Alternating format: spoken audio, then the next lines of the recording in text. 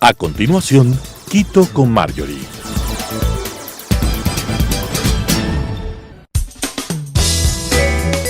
Clasificación A. Apto para todo público.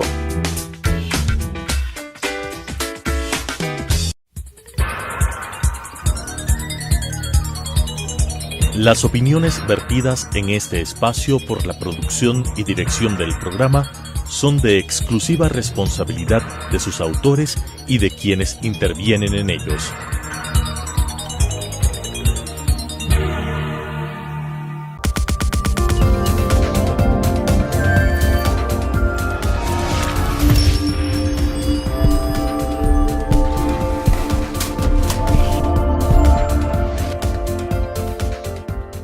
Amigas y amigos, bienvenidos. Yo soy Marjorie Chávez.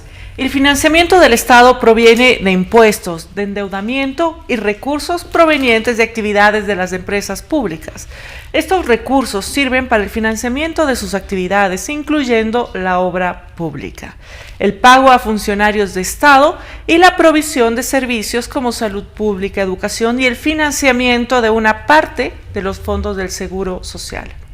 Desde la teoría económica se puede abordar a los impuestos con varios enfoques. Por un lado, hay quienes consideran que los impuestos deben ser mínimos con el objetivo de que los agentes económicos dispongan de dinero para consumo o inversión. Por otro lado, los defensores del estado de bienestar defienden una carga impositiva que permita el sostenimiento de la provisión de beneficios sociales para el Estado. Independientemente del punto de vista, los impuestos son importantes para entender a la política y a la economía de un país y permiten inferir ciertos comportamientos de las empresas, individuos y el Estado. Y en un contexto de crisis económica como la que vivimos actualmente, es fundamental discutir la necesidad de reformas a nuestro sistema tributario que permitan dinamizar la economía.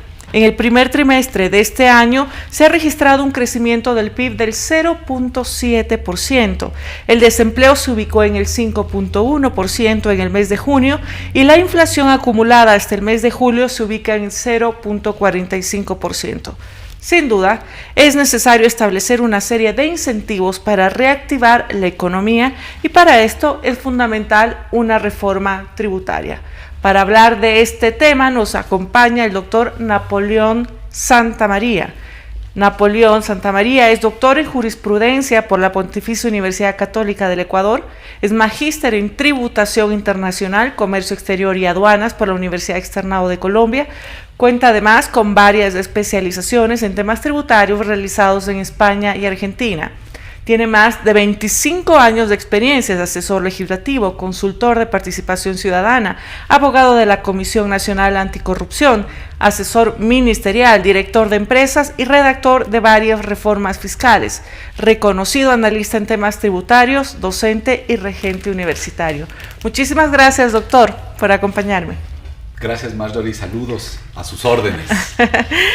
Doctor, la crisis derivada de la pandemia del COVID-19 provocó la mayor recesión económica desde que tenemos registros, con una caída del PIB del 7.8%. Esto ha afectado al Estado, ya que esta caída provocó una reducción en la recaudación, por supuesto, de impuestos, con un total de 12.382 millones de dólares en el año 2020 y 1.887 millones en el año menos que en el año 2019. Pero ¿cuál debería ser la estrategia ahora para mejorar la recaudación en lo que queda, en este año o en lo que queda del año? No sé si ya es posible, considerando que además nuestra economía apenas ha crecido el 0.7% en el primer trimestre de este año. Saludos nuevamente, Marjorie, y saludos a todos los queridos amigos que nos dispensan con su atención. Mira, tú haces una introducción súper importante e interesantísima. Vamos a decirle para que todos entremos en este lenguaje sencillo, porque es medio complicado siempre hablar de tributos, pero para hablar en este lenguaje sencillo, 8 de cada 10 dólares que llegan al Estado ecuatoriano vienen vía tributos, vienen vía recaudación tributaria. Esto quiere decir que son los tributos los que sostienen al aparataje bagaje, de la estructura del Estado ecuatoriano. Muy bien, tema 1. Tema 2. Muchos dicen, y yo he hecho la prueba, a veces me voy a una tienda, a veces me subo a un taxi y le digo, vea señor, usted paga impuestos, y muchos te contestan, te dicen, no, yo no pago. Y yo les creen hago que una no pagan. Les digo, usted cree que no paga, como bien dices, Marjorie, pero usted paga, señor. Usted cuando va a la tienda y compra una gaseosa, ahí pagó IVA, impuesto a los consumos especiales. Y se compró alguna ropa y era importada, entonces pagó aranceles, impuesto a la salida de divisas e IVA. Es decir, los ecuatorianos todos los días le contribuimos al país. En resumen, el país vive gracias a los impuestos los pagamos todos. Dos máximas importantísimas que los ciudadanos deben entender, porque así podemos reconstruir un país. Ahora sí, con esta visión, ¿qué podemos hacer para mejorar las finanzas públicas? Mire, Mario, aquí hay un adagio fundamental. Nunca tendremos los recursos necesarios para atender todas las necesidades. Las necesidades son infinitas, los recursos siempre limitados. Pero si es que somos responsables y honestos en el manejo de las finanzas públicas, o sea, si lo manejamos como manejamos la cosa propia en casa, las finanzas públicas siempre alcanzan. Mira qué ha pasado en estos 7 meses. Tú decías, la economía apenas ha crecido ni el 1%, 0.7%. Y venimos de un estancamiento gravísimo del 2020 de pandemia. Ojo, Marjorie, que al 2019 el país no era un país boyante. Venía un país en recesión económica. El año 2019 se recauda 17% menos que el año 2017. Veníamos decayéndonos, y claro, y la pandemia nos agobió por completo. Pero este mes de julio del 2021 comenzamos a ver que hay un reflote de la recaudación.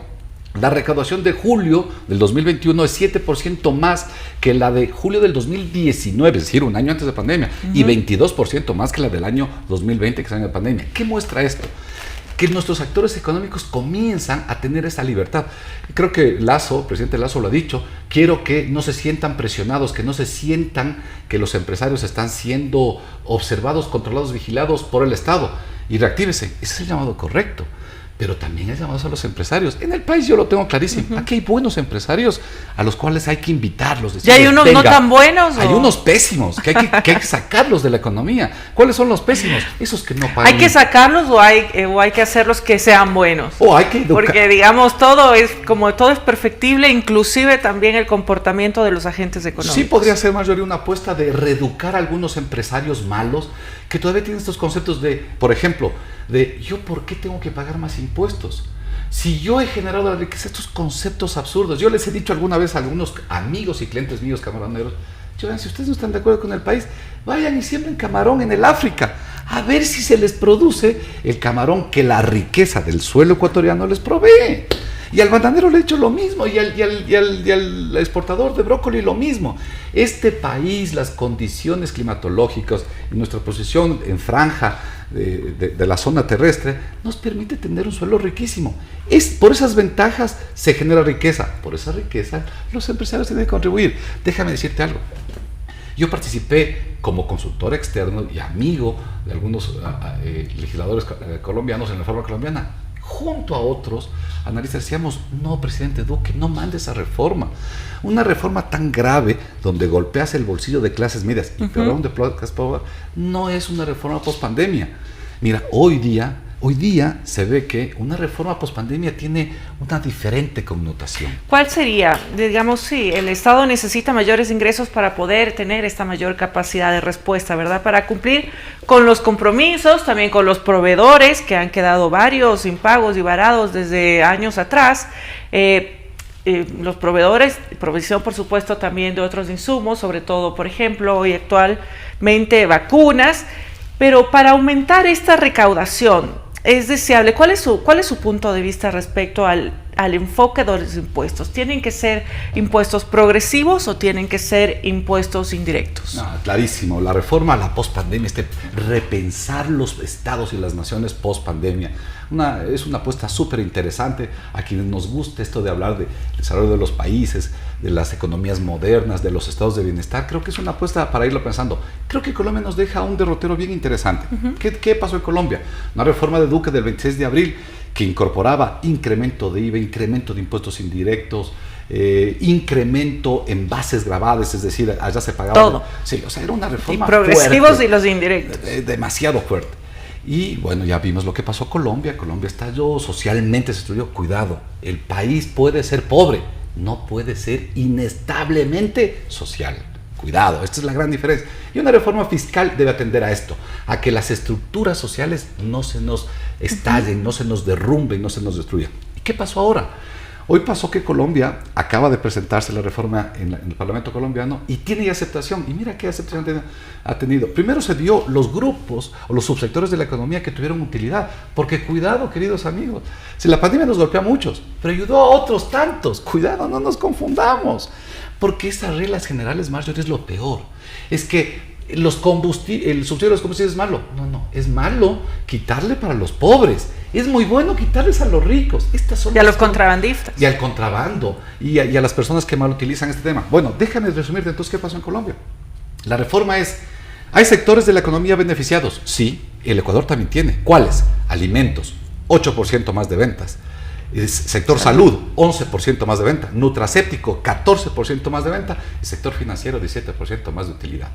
Hay 4 sectores y Colombia tiene los mismos. ¿Qué les dijo a estos sectores Colombia? Vean, señores, les fue bien a ustedes, contribuyan con el país, porque la desgracia de la pandemia les sirvió al sector salud para que tenga mayor rentabilidad.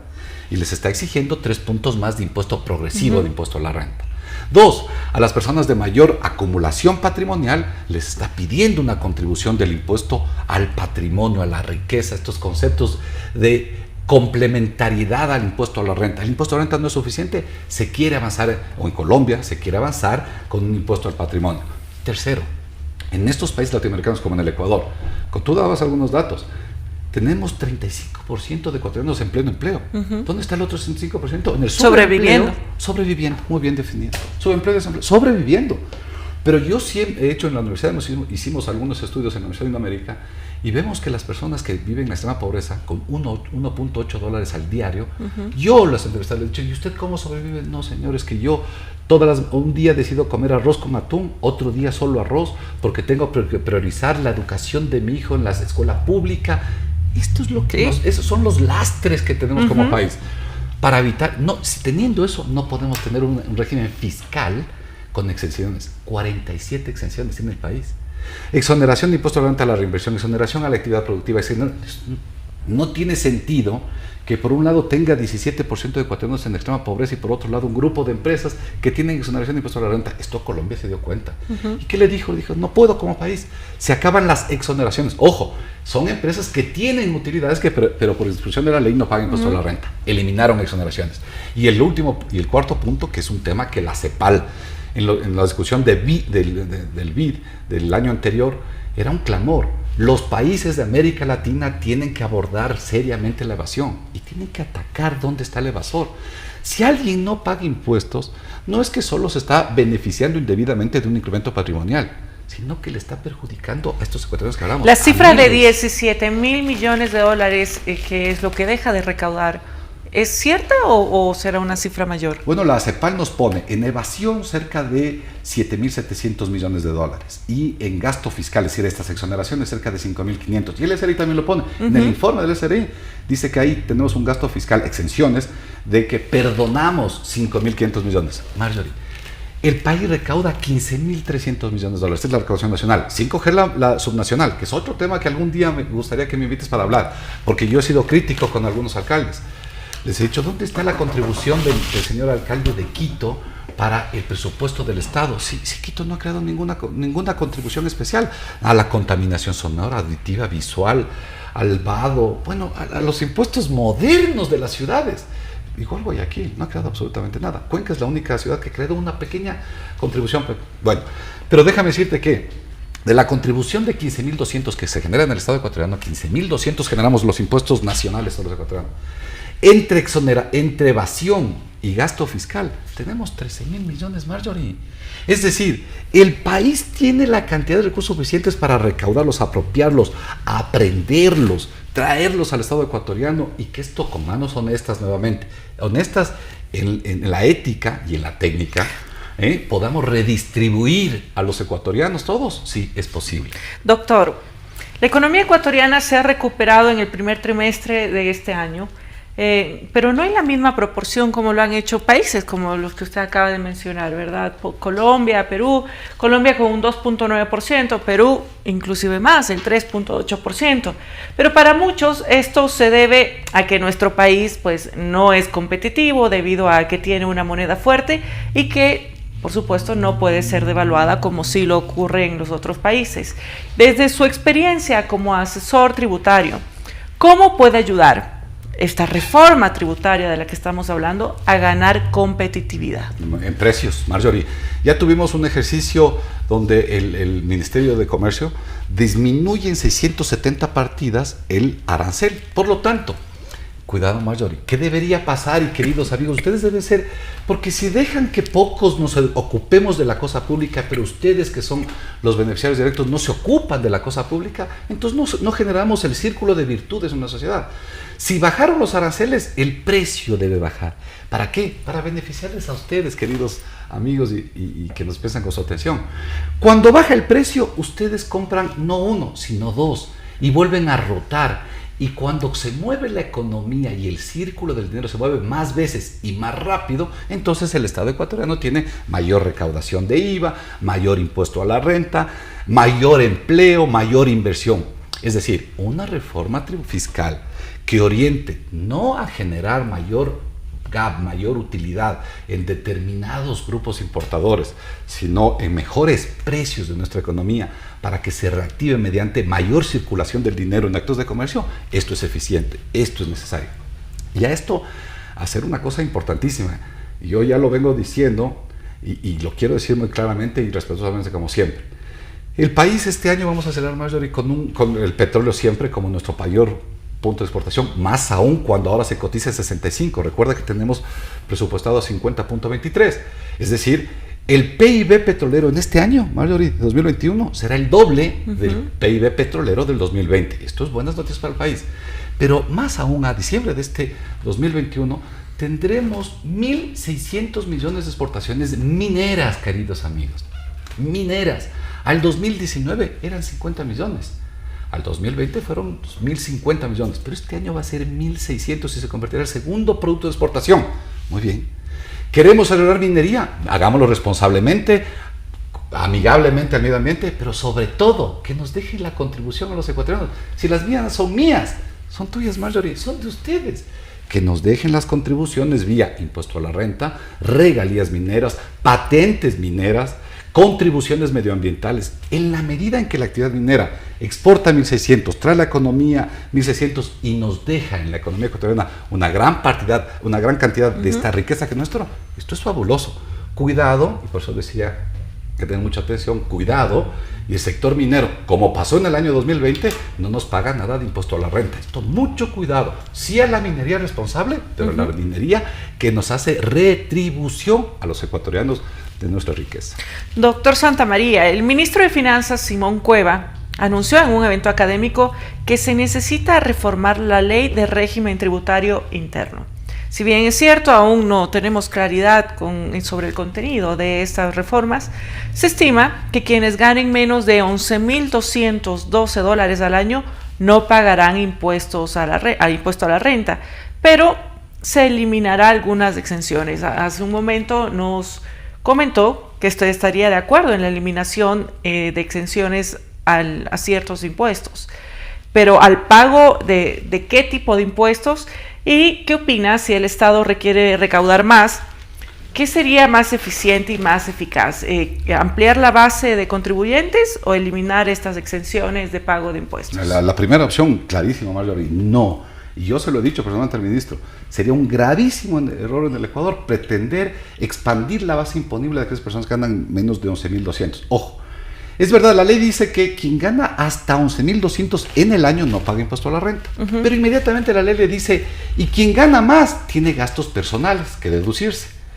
Y es el 50% de la base. Es decir, quienes ganan hasta $16.800, que ya no es un salario malo, estamos hablando de cerca de $1.500 al mes, eso no es malo, esas personas no pagan impuesto a la renta. ¿Podemos ajustar alguna deducibilidad de gasto? Creo que sí, creo que se nos ha ido la mano en algunas cosillas por ahí. Pero ahí no está la recaudación y ahí no debe toparse, ahí definitivamente no. Es un error, entonces. Eso es un error, conceptualmente es un error. Aquí tenemos otras distorsiones, y yo lo voy a hacer claro. A ver. Le damos 3.200 millones de dólares del presupuesto general del Estado, sale y entregamos a los 24 municipios del país, a los 24 provincias del país, consejos provinciales, y 200 y pico, se me fue el número, 141 municipios. Eso le cuesta al país 3.400 millones de dólares. Nosotros en la universidad nuevamente hicimos un estudio, cogimos 20 al azar, realmente eran pequeños. De esos 20 municipios, el 99% lo destina al gasto corriente. Es decir, le asignamos plata, vamos a poner al municipio de Quero, en la provincia de Tungurahua, o al municipio de Julio Andrade en el Carchi, o cualquiera, o de Jaramijó, en Manabí, y el 90% de la asignación es para atender sus salarios. Señores, y para eso no se crearon los consejos provinciales ni los municipales. No es agencia de empleo. Esto es parte de la reestructuración. Es decir, utilicemos bien los fondos. ¿Cómo? Yo le digo a los consejos provinciales, municipales, el Estado tiene que asignarles, claro, tenemos que asignarles, pero ¿a cambio de qué? En el país falta el a cambio de qué, Marjorie. Al exportador le devuelvo el IVA. ¿Hay que seguir devolviendo? Sí, pero ¿a cambio de qué? Hay exportadores que me presentan declaraciones ¿y a cambio de cero, de qué? De que me pagué un ratio que se llama ratio mínimo de impuesto a la renta. ¿Cuánto es esto? Por lo menos que le pague al Estado, al Ecuador, al país, el 1.5 de presión fiscal. Pero esto no lo ha incluido el ministro. Sí, yo creo que el ministro está con una receta. Recordemos que en octubre de 2019 Moreno firma la carta de intención. Y en la carta de intención se ponen 13 puntos gravísimos para el país. Subir el IVA hasta 3 puntos, expandir el impuesto a la renta, eliminar el ISD. ¿Qué son estos errores conceptuales políticos, estas frases clichés que tenemos en el país, ¿no? Es que hay que eliminar el ICD. Y yo les he dicho, y yo he debatido con miles, y no hay razón técnica para que se elimine el ISD en ninguno de los casos. Muchos me dicen, es que la inversión no viene. Les he explicado que la inversión no está grabada con el ICD, y cuando viene la inversión extranjera e invierte y luego se paga el dividendo, tampoco está grabado con el ICD. Es que no viene el crédito. He explicado, cuando viene el crédito y es productivo, cuando se paga el capital y el interés, no graba ISD. Y es que graba la actividad productiva, no graba la actividad productiva, porque si usted importa, por ejemplo, piezas y herramientas para hacer un equipo industrial, cuando paga se toma crédito fiscal y lo descuenta de su impuesto a la renta. Es decir, el ISD está hoy día afectando al consumo, y al consumo nocivo, al masivo y al pernicioso. Cuidado y no se equivoquen. Si es que vamos a hacer una agenda como país, yo lo que sostengo siempre es, a ver, dividamos. ¿Cuál es la diferencia entre el consumo nocivo y el consumo pernicioso? Mire, es que el consumo nocivo, por ejemplo, es que tenemos este esnovismo de ropa. Es que la gente dice, es que no tengo para ropa, pero quiere la ropa de marca, del logo tal de los Estados Unidos, ¿sí? Esto es un consumo, pero no le podemos como Estado decir no consuma esto. ¿Quiere usted consumir eso? Sí, pero luego no se queje que eso tiene aranceles, Marjorie. ¿Y el pernicioso? No me digas que a los ecuatorianos hay que decirle que no cobrarles aranceles para que se pongan la ropa de la marca X. Eso sería absurdo como está el ecuatoriano. Y el pernicioso es el que más nos preocupa. El Ecuador gastó 270 millones de dólares el año anterior, Marjorie, en año de pandemia. Lo gastamos en pornografía, en medios de juego, de azar y de albur. Esto es lo que pasa en la economía. Y nuevamente, sentémosles a los defensores de la eliminación del ISD. Y ustedes quieren quitar el ISD al juego de azar que en el Ecuador está prohibido, pero que lo hacen mediante los temas electrónicos, tecnológicos, o quieren importar pornografía mediante estos sistemas telemáticos, etcétera, y eso le cuesta al país 200 millones. No.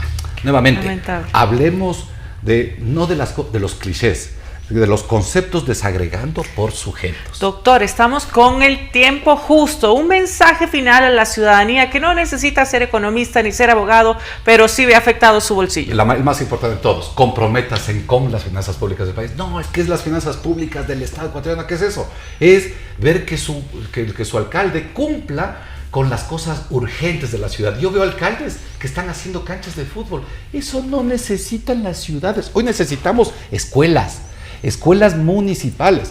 necesitamos que el prefecto se ocupe de las cosas importantes, no de la prevención de la avenida, sino del sistema de riego, por ejemplo, y desde luego de que el gerente de la empresa pública, que el presidente del Ecuador, que el ministro no malutilice los fondos públicos.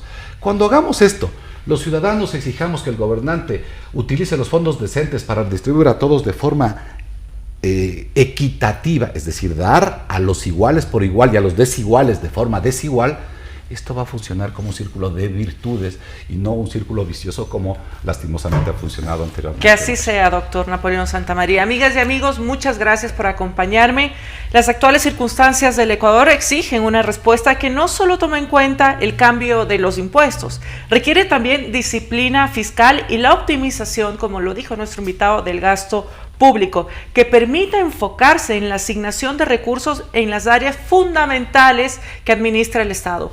Toda acción estatal debe tener como base el bienestar del ser humano. La reforma tributaria que será enviada para el tratamiento de la Asamblea Nacional debe incentivar la actividad económica del sector privado. Durante mucho tiempo tuvimos un modelo estado-céntrico, pero debido a que la naturaleza del Estado no tiene como un fin último la creación de riqueza, es necesario dotar a los agentes económicos de los incentivos suficientes para reactivar la producción e incentivar la demanda. La Asamblea Nacional ahí también tendrá un papel importante y estará a la expectativa, por supuesto, del envío de este proyecto de ley, mismo que deberá ser discutido por todos los ciudadanos en espacios también como este. Así que muchísimas gracias, doctor Napoleón Santamaría. Amigas y amigos, hasta la próxima semana. Las opiniones vertidas en este espacio por la producción y dirección del programa son de exclusiva responsabilidad de sus autores y de quienes intervienen en ellos.